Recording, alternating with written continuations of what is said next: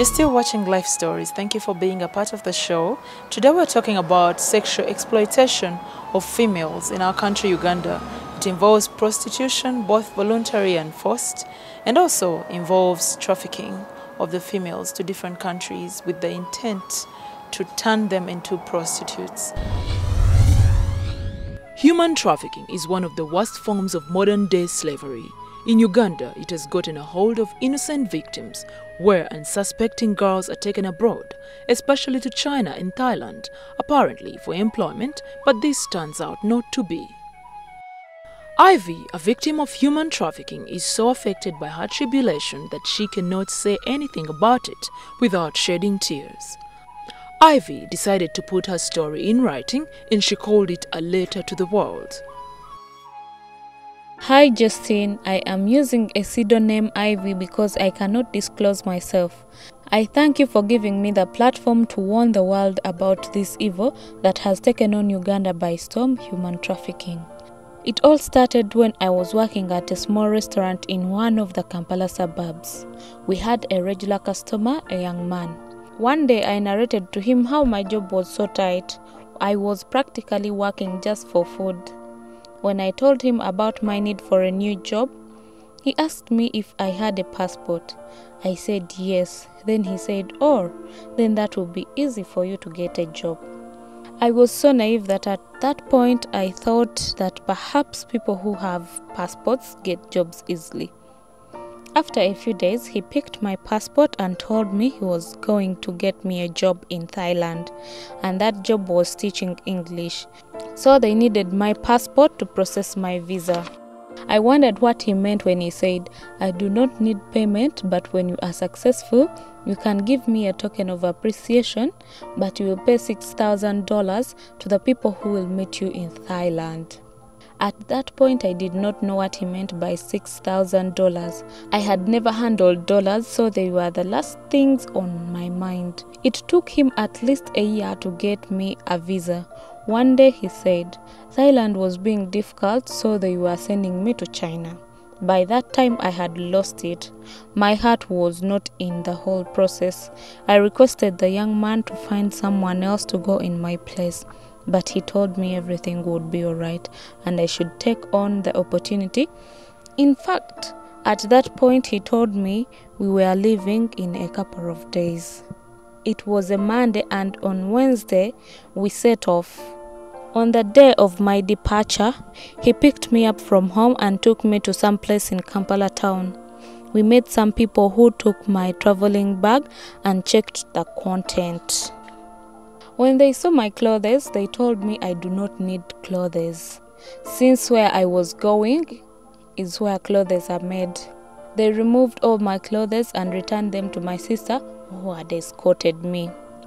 That was the last time I held my bag till NTV airport. They had packed things in it, but I did not know the content. I still can't believe that I checked in with a bag whose content I did not know. My ticket and bag were given to me at the airport. They had even filled in for me the immigration card. In fact, check-in time was almost done, so I began my journey to the unknown. Arriving at the airport in China, they asked me what was in the bag.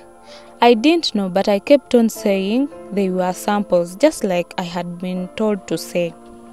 Behind me in the line was a Ugandan man who noticed I had no clue about what was going on. He asked me whether it was my first time to travel abroad. I said yes. He asked to look at my passport and ticket, and he told me I had a one-way ticket. He asked me the purpose of my visit, and I replied work. He told me there was no work for blacks like me in China unless I was a business person. That the only job for people like me was prostitution. I did not believe him. I just said there were people to meet me who will help me out. He helped me answer the questions and told me to tell the officers that all in the bag was food. There was tobacco, groundnuts, breads, grasshoppers, etc. He even advised me to say I was married. I finally made my way out there, but there was no one to pick me up. I had no money.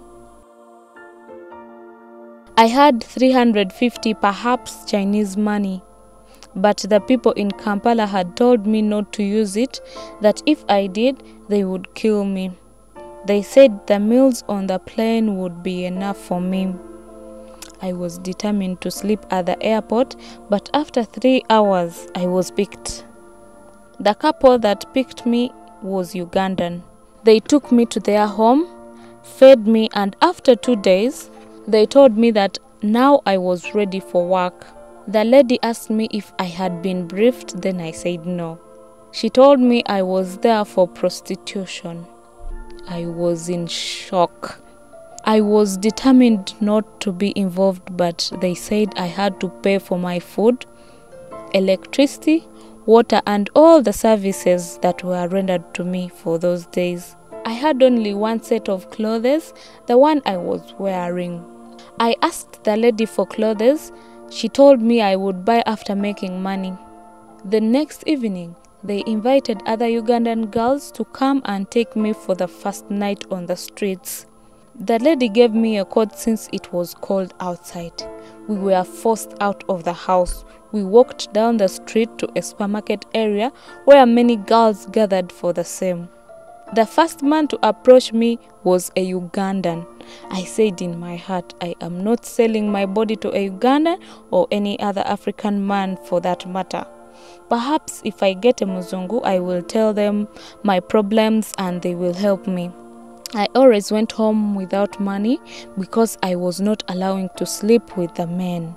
I wasn't given food at home, but I made friends with the other girls on street and they started giving me snacks to eat.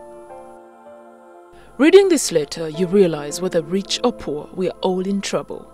These are educated girls, people's children, who find themselves in wicked hands because they're looking for employment. Girls suffer. They get sick and die. No one cares. The Chinese just burn the dead bodies. Some girls never see their families again. There are so many girls from Uganda, but also other countries like Nigeria. One of the greatest danger is for one's visa to expire.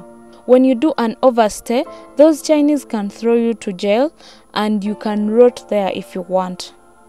My time was running up. I was asked to get to Thailand and send my passport for visa renewal. I did not know anyone in Thailand. I was given instructions about transport and a destination. My friend who was feeding me on the street is the one who bought me a return ticket to Thailand, but I was determined to go home somehow. So I wasn't planning to return to China. I did not know how to get back home, but I was looking for a way out. When I reached Thailand, I realized the place where I was directed to is a brothel. The first girl I talked to was hostile, but the next gave me a place to lay my head. I narrated to her my story and she told me she was in the same category. She too had been trafficked but had surrendered to prostitution and was in prostitution. But one day she persuaded me to go out and see. "Try, what will you do?" she asked. "Instead of dying, just try." Social breakdown caused by civil war, economic collapse, and family breakdown has caused further increase in the rate of prostitution in Uganda.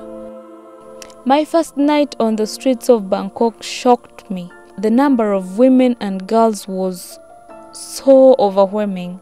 Mothers and daughters all fighting for clients. If you see the women and girls, they are very many with few men. They practically have to grab the men. They have scratches all over their faces and the necks, not from men but from fellow women because they are fighting for men. The witchcraft is scary.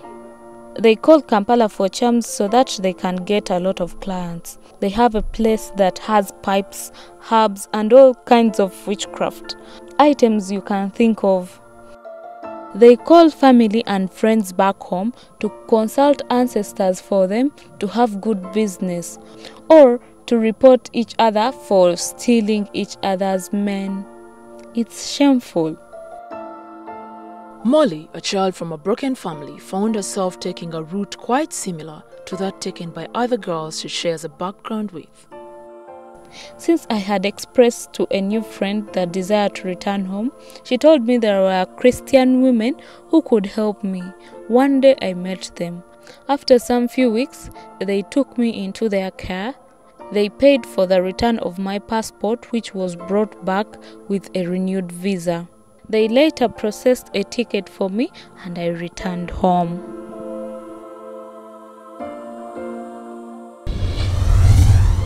Joining us on the show is another lady who's going to give us her story in connection to this topic.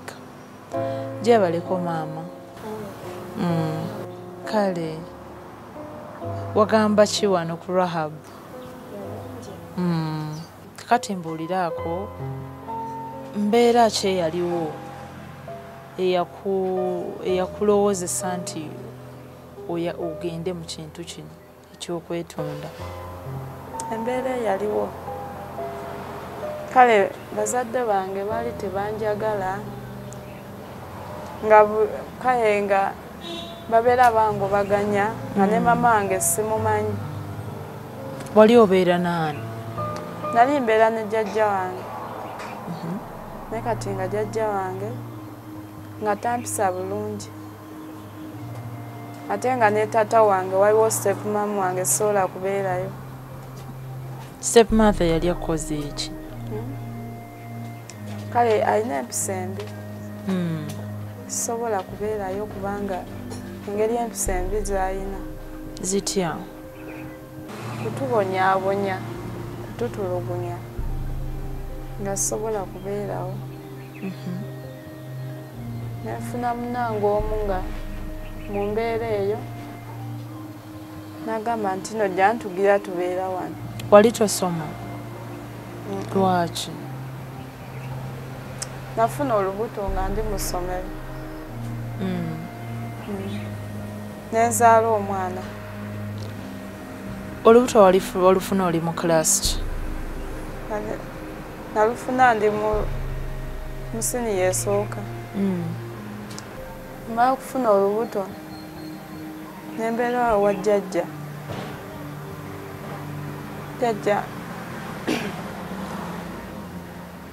Jjajja nga tanjagala nga mubuuza mama wange tabimbuulira. Nga buli we mubuuza nga ngoba ewaka. Nange nenvaawo. Coming up on Life Stories. Kati oyinayo be walabanga ng'obamanyi? N'obeekweka.